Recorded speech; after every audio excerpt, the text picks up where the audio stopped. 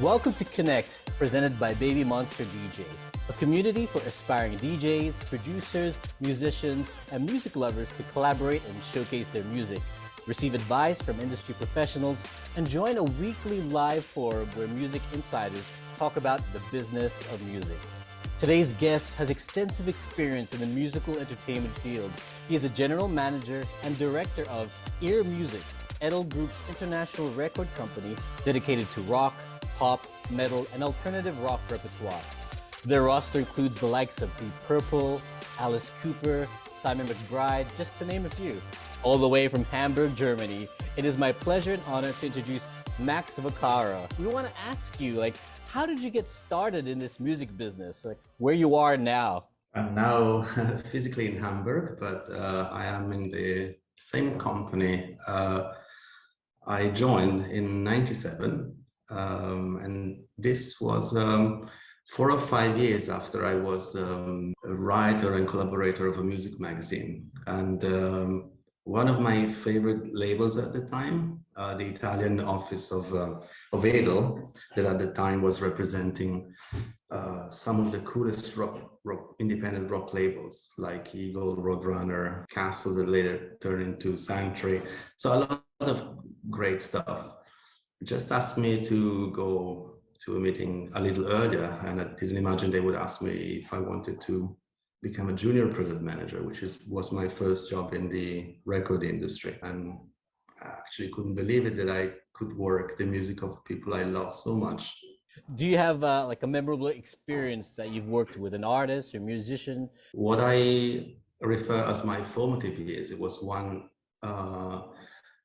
experience after the other, actually, that I could not forget, even if I tried. It was the moment of the explosion of a new way of doing heavy metal with Roadrunner. So we're talking about bands like Sepultura, Soulfly, Machine Head, Type O Negative. Parallel to this were deals with Disney records and Hollywood records. So we had artists like big commercial pop successes like the Goo Goo Dolls. So it was an incredible roller coaster. Every day something new, fantastic people, artists, but also managers to learn from. So I was like a kid in the candy store. I was just moving from one thing to the next. Is there a particular favorite that you liked working with? Many. I think I could name some, but probably I would forget so many others. I loved working with the Simple Minds, with the Goo Goo Dolls. I enjoyed working with Megadeth, with King Crimson. And Deep Purple. Many of those somehow came back into my life years later. What keeps you going in this business? What keeps you passionate? You've been, over 15, 20 years doing this? Nearly 25. 25. Well, it's a profession, first of all, so it becomes your job. That's undeniable. I'm very happy that it didn't steal any of my original passion for records. If people watching have all sort of different passions and inspiration and ambition, my obsession was records. It always was since childhood. So and now records have so many different things you could call a record, a file, but somehow that is what keeps me going, the fact that I didn't lose any of that passion. Was there ever a time that you had a bad experience or a challenge that you had to face in your career, and how'd you overcome it? Every day you could make the mistake to see the half empty glass, so to say, or you could think that there is a situation in your company or with a relationship that offers no solution. But that's one of the few good things of getting old. There is a solution. The determination to do a good job and to not forget that we're privileged in a way. Makes you strong enough to overcome any kind of problem. I think tiredness and endurance is a big, it's something that at some point, I believe everyone in show business has to face. The question, do I still have the same energy to do it like I was doing it before? Having been in the music industry for nearly 25 years and running a music label and seeing how music distribution has worked and changed over the years.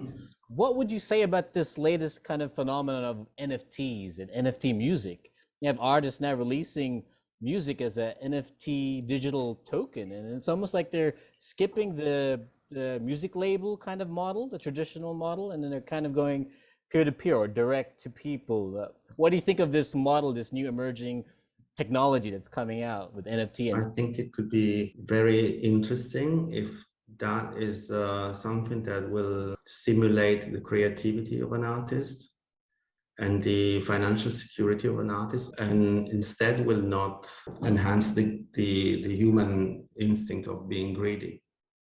That's my answer. So if it makes music in certain genres and progress and be financially safe and be creative and reaching a new level of security and inspiration, that's wonderful. That's a great answer, yeah.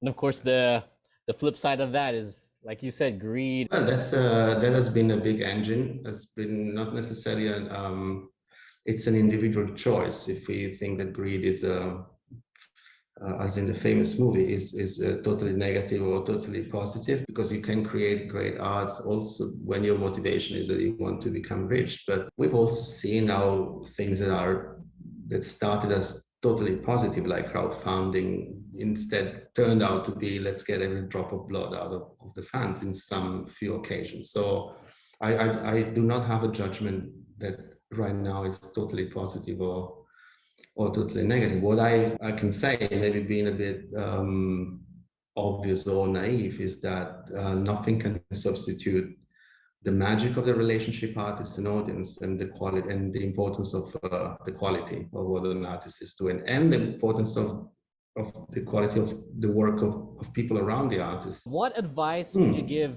up and coming musicians or artists, or anyone who is looking to work in the music industry, like in your field, perhaps in running a music label or being a producer? What advice could you give to, especially young people who might want to get into this? I feel I am in the position to give an advice more to people who would like to do what I do, so to work in a record company so to be on the other side of the stage. My personal one is to take your time to develop your skill and to think twice before thinking that something is wrong for you, because I see the tendency today of moving.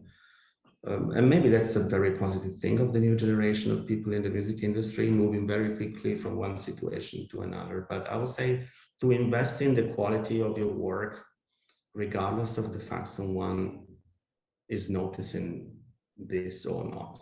Because, I mean, if you learn, it's going to be back to you at some point. Thank you again, Max, for your time, for sharing your insights in this side of the music industry. Like, we see these people up front, you know, the artists, the celebrities. You don't see the people behind the scenes, people like you, who are actually, you know, helping the industry, helping the artists, pushing the music out to the people. So thank you for doing what you do, and we wish you well.